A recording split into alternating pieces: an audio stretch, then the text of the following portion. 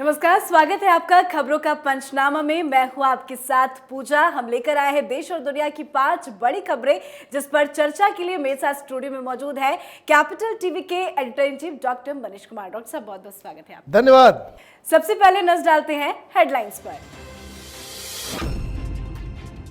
NCB के पूर्व zonal director Sameer Wankhede को बड़ी राहत। जाति प्रमाण पत्र मामले में मिली clean chit. Nawab Malik and gang का हुआ बड़ा खुलासा। फ्री की रेवड़ी पर राजनीति हाई। बीजेपी का आम आदमी पार्टी पर हमला। कहा मनीष सिसोदिया का हाल सत्येंद्र जैन की तरह होने वाला।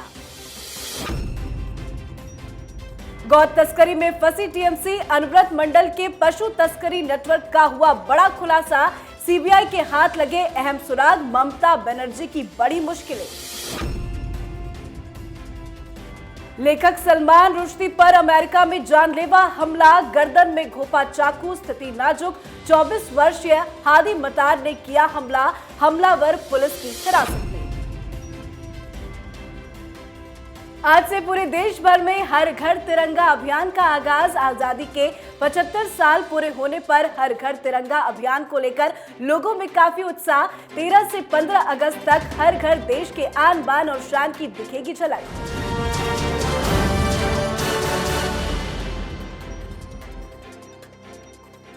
आज की सबसे पहली खबर नवाब मलिक एंड गैंग के झूठे आरोप पर बड़े खुलासे की। एनसीबी के पूर्व जोनल डायरेक्टर समीर वानखेड़े की जाति को लेकर चल रहे विवाद की सच्चाई आज सामने आ ही गई। कास्ट स्क्रूटनी कमेटी ने समीर वानखेड़े को जाति प्रमाण पत्र मामले में क्लीन चिट दे दिया है। कमेटी ने उस तथ्य को भी खारिज कर दिया कि जिसमें दावा किया गया था कि वानखेड़े जन्म से मुसलमान है। इतना ही नहीं, रिपोर्ट में यह भी साबित नहीं होता है कि वानखेड़े और उनके पिता ने इस्लाम धर्म अपना लिया था। तो समीर वानखेड़े को बड़ी राहत मिली है, तो वहीं नवाब मलिक एंड गैंग को बड़ा तमाचा लगा है। नवाब मलिक की तरफ से कई बार ये झूठ परोसा गया समीर वानखेड़े को लेकर, पर आज क्लीन चिट दे दी गई है स्क्रूटनी की तरफ से। देखिए, नवाब मलिक तो जेल के अंदर हैं, लेकिन उनकी क्या करतूत रही है ये धीरे धीरे दुनिया के सामने आ रहा है। लेकिन जिस हिसाब से नवाब मलिक ने रोज ऑलमोस्ट डेली वो टेबल बिछा करके 10 बजे अपना जो भाषण दिया करते थे और टेलीविज़न पे से दिखाया जाता था, रोज़ ये समीर वानखेड़े के परिवार के ऊपर, कभी उनके ऊपर, कभी उनके पिता के ऊपर, कभी उनकी पत्नी के ऊपर, कभी उनकी बहन के ऊपर, जिस तरह के अनर्गल आरोप ये लोग लगाते चले जा रहे थे।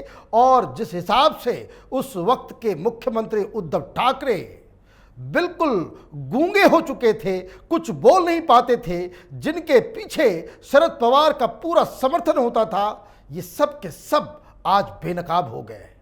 आप एक दलित अधिकारी को इस बात के लिए टॉर्चर कर रहे हैं कि वो ईमानदार है। आज जो कास्ट स्क्रूटनी कमेटी ने जो फैसला दिया वो इनके चेहरे पे तमाचा है। उन तमाम पत्रकारों के भी जो ये आरोप लगा रहे थे कि समीर वानखेड़े वो तो एक एक्सटॉर्शन रैकेट चला रहा है। जितने सारे लोग इसमें थे, इसे कहते हैं न्याय चक्र। एक ईमानदार शख्स को फंसाने के चक्कर में जिन लोगों ने साजिशें रची, जो लोग मूक दर्शक बने रहे, वो आज कहां हैं? शरद पवार, देखिए उनकी पूरी राजनीतिक हस्ती वो गर्त में चली गई। मुख्यमंत्री, न मुख्यमंत्री की कुर्सी रही, न पार्टी रहा, न कुछ रहा। आरोप लगाने वाला नवाब मलिक सलाखों के पीछे चक्की पीस रहा है, और नवाब मलिक को समर्थन देने वाला कि समीर वानखेड़े के ऊपर जो नवाब मलिक खुलासा कर रहे हैं वो तो सिर्फ ट्रेलर है, पूरी फिल्म मैं दिखाऊंगा। संजय राउत वो भी जेल के अंदर, उसी जेल अर्थर रोड जेल के अंदर। ये सब के सब बंद है। अन्याय की कोई सीमा होती है, और आज जो फैसला आया है उसमें सच की जीत हुई है। जी बिल्कुल, फैसला देर आया बल्कि दुरुस्त आया।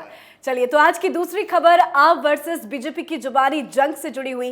प्रीवीज को लेकर आप पर लगातार बरस रही है बीजेपी का आरोप है कि दिल्ली के उप मुख्यमंत्री मनीष सिसोदिया एक्साइज के पूरे घोटाले में लिप्त है। अरविंद केजरीवाल और मनीष सिसोदिया ये भली भांति जानते हैं कि जो हाल सत्येंद्र जैन का हुआ है वही हाल मनीष सिसोदिया का होने वाला है। इसलिए आपके सभी नेता हंगामा करते नजर आ रहे हैं। तो इधर मनीष सिसोदिया का केंद्र सरकार पर वार नजर आया। उन्होंने कहा कि वेलफेयर स्कीम को रेवड़ी बताकर बीजेपी जनता का मजाक उड़ा रही।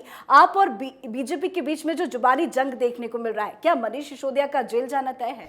देखिए, जिस हिसाब की राजनीति अरविंद केजरीवाल करते हैं, इसमें अगर आप फ्रंट फुट पे आकर के खेलेंगे नहीं तो ये शख्स तो झूठ बोल बोल कर लोगों के दिमाग को इतना पोल्यूट कर देगा कि लोग इसके झूठ को ही सच मानने लग जाएंगे।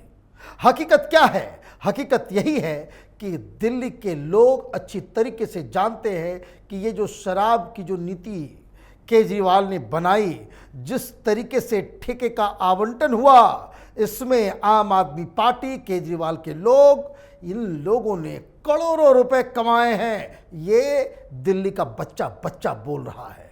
और जब सीबीआई जांच सामने आई तो ये सब छटपटा रहे हैं। इन्होंने ये कहना शुरू कर दिया कि भाई मुफ्त के ऊपर पाबंदी लग रही है तो ये पैसा कहाँ जा रहा। मतलब आरोप का जवाब ये नहीं देंगे, बल्कि आरोप का जवाब आप अनर्गल झूठ और अफवाह के जरिए आप देंगे। आप कहते हैं भाई हमने इतने सारे स्कूल बना दिए। बीजेपी वाले यही तो पूछ रहे हैं, भाई कहाँ है तुम्हारा स्कूल? तुमने कहा था भाई 500 स्कूल नए स्कूल बनवाएंगे, बनवाना तो दूर 16 स्कूल बंद हो गए। 750 स्कूल ऐसे हैं जिसमें प्रिंसिपल नहीं है। 750 स्कूल के आसपास इस तरह के स्कूल हैं जहां साइंस की पढ़ाई नहीं होती है। भाई कौन क्या हो रहा है? केजरीवाल मॉडल। और पिछले 2 साल में आपने 850 करोड़ रुपए एडवर्टीजमेंट में आपने फूंक दिए। तो अब तो सवाल पूछा ही जाएगा। सीबीआई के पास पुख्ते सबूत मिल रहे हैं इस बात के कि आपने कानून के साथ उलटफेर किया। और ये उलटफेर का जो पूरा कच्चा चिट्ठा है वो किसी बीजेपी ने नहीं, बल्कि केजरीवाल सरकार के जो सेक्रेटरी हैं, सबसे बड़े अधिकारी, उनके रिकमेंडेशन पे सीबीआई को बुलाया गया है। और जो अब सामने आ रहा है, इससे तो साफ साफ लग रहा है कि सत्येंद्र जैन जैसे जेल के अंदर गया इस घोटाले में, उसी तरीके से मनीष सिसोदिया का भी नंबर लग गया है। मतलब सत्येंद्र जैन के पड़ोसी बनेंगे मनीष सिसोदिया। राइट। आज की तीसरी खबर जो ममता बनर्जी के लिए मुश्किल बढ़ाने वाली है। गौ तस्करी के मामले में तृणमूल कांग्रेस के जिलाध्यक्ष और बड़े नेता अनुब्रत मंडल गौ तस्करी मामले में सीबीआई की हिरासत में है। सीबीआई लगातार उनसे पूछताछ कर रही है। अब सीबीआई पूछताछ में बड़ा खुलासा हुआ है कि बीरभूम में 2 बड़े पशु बाजार है जिसका संचालन अनुब्रत मंडल करता था। जानकारी के अनुसार गायों को इस बाजार से मुर्शिदाबाद सहित विभिन्न जिलों और यहां तक कि पड़ोसी देशों में तस्करी कर लाया जाता था। सीबीआई लगातार खुलासे कर रही है, पर इस संचालन के रैकेट का क्या कुछ खुलासा हुआ है? देखिए, मैं बार बार इस बात को कहता आ रहा हूं कि कुछ घोटाले ऐसे होते हैं जो कोई मंत्री, कोई अधिकारी कागज पे हेर फेर कर दे, किसी को ठेका दे दे, किसी को कुछ कर दे, तो वो इंडिविजुअल लेवल का वो करप्शन है। लेकिन कुछ घोटाले इस प्रकार के होते हैं जिसमें पूरे सिस्टम का इन्वॉल्वमेंट जरूरी है। और जैसे कोयला से बांग्लादेश भेजा जा रहा था, तो अब देखिए आईएएस अधिकारियों को, आईपीएस अधिकारियों को, जिन जिन लोगों की ड्यूटी उन जिलों में हुई जहां से ये सब हो रहा था, बांकुरा, पुरुलिया, आसनसोल, वहाँ के तमाम पुराने अधिकारियों को सीबीआई ने तलब किया है, ईडी ने तलब किया है। वो किस लिए? क्योंकि ये लोग फैसिलिटेट करते थे कि किस तरीके से हो। अब अनुब्रत मंडल की कहानी, आपने सही कहा कि ये बीरभूम का राजा है, तृणमूल कांग्रेस का सबसे बड़ा लीडर, ममता बनर्जी का खासम खास। इसके आदेश के बगैर इस डिस्ट्रिक्ट में हवा भी नहीं मूवमेंट होता है, उसमें ये धाक है इसकी। अब जब वो जेल गया है, उसको जब पकड़ के ले गई है पुलिस, तो इसके समर्थन में तृणमूल कांग्रेस वाले रैलियां कर रहे हैं। और इसका धंधा क्या था? इसका धंधा ये था कि ये बोलपुर में सारे कैटल्स को इकट्ठा करता था, वहां से ये बॉर्डर के इलाकों में मुर्शिदाबाद हो, मालदा हो, वहां से ये बांग्लादेश ट्रांसपोर्ट किया करता था। तो इसमें बीएसएफ की भी भागीदारी है।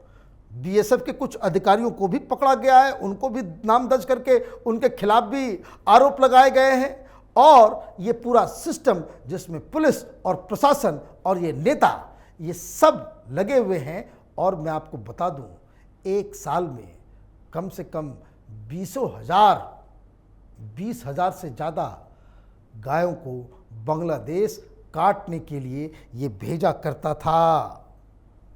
ममता बनर्जी को जवाब देना पड़ेगा कि हम तो देवी दुर्गा के उपासक हैं, हम तो ब्राह्मण हैं, हिंदू हैं, हमको हिंदुत्व मत सिखाओ। ये किस तरह की ये हिंदुत्व है कि आप गौ माता को बांग्लादेश भेज रहे हो, पैसे कमा रहे हो, और किस बात के लिए? कि ताकि वहाँ पे गौ माताओं का वध किया जा सके, उसे खाया जा सके। तो बहुत सारी चीज़ें हैं। ये इशू करप्शन का भी है और ये मसला पॉलिटिकली भी इसका इस्तेमाल होना है। जी बिल्कुल। आज की चौथी खबर लेखक सलमान रुश्दी से जुड़ी, जिन पर जानलेवा हमला किया गया। भारत में जन्मे प्रख्यात लेखक सलमान रुश्दी पर अमेरिका के न्यूयॉर्क में एक कार्यक्रम के दौरान चाकू से हमला किया गया। हमलावर ने उनकी गर्दन में चाकू मारा। हमले के बाद उन्हें अस्पताल में भर्ती कराया गया, जहां उनकी स्थिति नाजुक बनी हुई है। रुश्दी अपने किताब द सेनेटिक वर्सेस को लेकर काफी विवाद में रहे हैं। इसे लेकर 1989 में उनके खिलाफ फतवा भी जारी किया गया था। हमले को लेकर उसी से जोड़कर देखा जा रहा है कौन से वो लोग जो बार बार सलमान रुश्दी को मारने की कोशिश करते हैं। बिल्कुल ये वही लोग हैं जो हिंदुस्तान में सरतन से जुदा इस्लामिस्ट जिहादी किस्म के लोग, जो धर्मांध हैं, जिनको लगता है कि किसी की किताब लिखने से, किसी के बोल देने से उनके धर्म के जो है मुख्य पिलर हैं वो जो हिलने लग जाते हैं, इतना कमजोर है कि उसके ऊपर हमला करना ज़रूरी है। 1989 की बात है जब सलमान रुश्दी ने वो किताब लिखी द सैटेनिक वर्सेस। और मैं आपको बताऊं, हिंदुस्तान जहां अभी ये लेफ्ट लिबरल कबाल, ये कांग्रेस पार्टी ये कहती है कि राइट टू एक्सप्रेशन होना चाहिए, फ्रीडम ऑफ एक्सप्रेशन होना चाहिए, किसी के ऊपर पाबंदी नहीं लगनी चाहिए।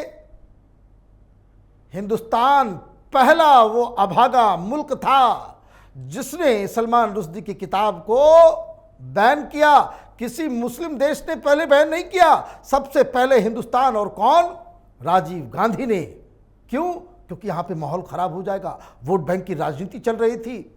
अब जिन लोगों ने फतवा जारी किया, ये खुमैनी ने, ईरान का खुमैनी, उसने ये फतवा जारी किया था कि $30 लाख, उस वक्त के हिसाब से करीब वही 4.25 करोड़ के आसपास वो रकम दी थी कि भाई इसको मारा जाए, इसको जो कत्ल कर देगा। 89 अभी क्या है? अभी क्या है? 2022। इतने सालों बाद भी, 33 साल के बाद ये कांड हुआ। नुपुर शर्मा की हिफाजत कौन करेगा? जिन लोगों को अब तक समझ में नहीं आया है उनको समझ में आ जाना चाहिए कि किससे आप लड़ रहे हो, कहां दिक्कत है। और इतना ही नहीं, जो मारा गया वो खुमैनी का फैन है, उसके फेसबुक के अब तो बातें सामने आ गई। आपको मैं दो और बात बताऊं। जापान में सैटेनिक वर्सेस का जापानीज लैंग्वेज में एक शख्स ने अनुवाद किया, उसकी हत्या कर दी गई। कई सारे ऐसे लोग हैं जिन्होंने सैटेनिक वर्सेस को अपने ही लैंग्वेज में ट्रांसलेट करने की कोशिश की, जानलेवा हमला हुआ उसके ऊपर। तो ये जो कहा जाता है कि कुछ सिरफिरे लोग हैं, अजीब किस्म की बात है। इसलिए नुपुर शर्मा हो या फिर इस तरह के लोग हों जो सच बताते हैं और कुछ लोगों को बुरा लग जाता है। जी, उम्मीद करते हैं रुश्दी साहब जल्द स्वस्थ हो जाएं। आज की आखिरी खबर देश के आन बान और शान तिरंगे से जुड़ी हुई है। देश की आजादी के 75वें वर्ष में पीएम मोदी ने आजादी के अमृत महोत्सव के तहत हर घर तिरंगा अभियान लॉन्च किया है। इस अभियान की शुरुआत आज से यानी कि 13 अगस्त से हो रही है, जो कि 15 अगस्त तक चलेगी। इस अभियान के तहत देशवासियों से अपने घर पर तिरंगा फहराने का आग्रह किया गया है, जिसको लेकर लोगों के अंदर काफी उत्साह नजर आ रहा है। आजादी का 75वां साल, लोगों के अंदर जबरदस्त उत्साह। हर घर तिरंगा अभियान कितना सही है? सही, ऐतिहासिक है और इस तरह का काम तो प्रधानमंत्री मोदी के अलावा कोई दूसरा लीडर हिंदुस्तान में आज तक सोच भी नहीं सका, कर भी नहीं सकेगा। और दूसरे लीडर्स के पास इतनी, इसको कह सकते हैं कि लेजिटिमेसी भी नहीं है, इतना विश्वास नहीं है जनता का कि वो कहें और लोग कर दें। गरीब देश है, तस्वीरें ऐसी ऐसी आ रही हैं कि जो लोग ढंग से खाना नहीं खा पाते गरीबी की वजह से, वो भी अपने घर के ऊपर तिरंगा खरीद के लगा रहे हैं। क्या नजारा है ये! पहली बार स्वतंत्रता दिवस तो हम लोग बहुत बचपन से मनाते आ रहे हैं, उम्र गुजर गई स्वतंत्रता दिवस देखते देखते, लेकिन इस बार जो नजारा नजर आ रहा है वो वाकई सिर जो है फक्र से, जो है गर्व से, जो है वो ऊपर उठा दे रहा है। और ये काम मैं आपको बताऊं, ये प्रधानमंत्री मोदी के दिमाग से ही ये सब चीज़ निकल सकता है। अब ये देखिए कि तिरंगा किस हिसाब से हर जगह रैलियां निकल रही हैं, स्कूल में कार्यक्रम हो रहे हैं, सारी चीज़ें हो रही हैं। मैं तो इस बात को लेकर के आश्चर्यचकित हूं कि जैसे जैसे प्रधानमंत्री ने यह अपील किया, सबसे पहले कूद गए कि भाई इस मामले में पीछे नहीं हटने का। केजरीवाल भी झंडा, वो महोत्सव चलो ठीक है करता है, करने दो। कांग्रेस पार्टी की मैं रैलियां देख रहा था, आज टेलीविजन पे चल रहा है कि कांग्रेस के लोग भी रैलियां निकाल रहे हैं, मार्च कर रहे हैं। हर सरकारी डिपार्टमेंट अपने अपने हिसाब से उसको मना रहा है। दफ्तर हो, घर हो, स्कूल हो, कॉलेज हो, इंस्टीट्यूशन हो, कंपनी हो, फैक्ट्री हो, हर जगह तिरंगा दमक रहा है। और ये दमक सदियों तक बना रहे, यही हमारी कामना है। जी, बहुत बहुत शुक्रिया बातचीत के लिए। धन्यवाद। तो इस अभियान के तहत घर घर लहर रहा है हमारा तिरंगा। आजादी के अमृत महोत्सव के रंग में रंग चुका है पूरा देश। आज के हमारे खास शो खबरों का पंचनामा में फिलहाल इतना ही। हमें लाइक कीजिए, शेयर कीजिए और कैपिटल टीवी को सब्सक्राइब कीजिए। नमस्कार।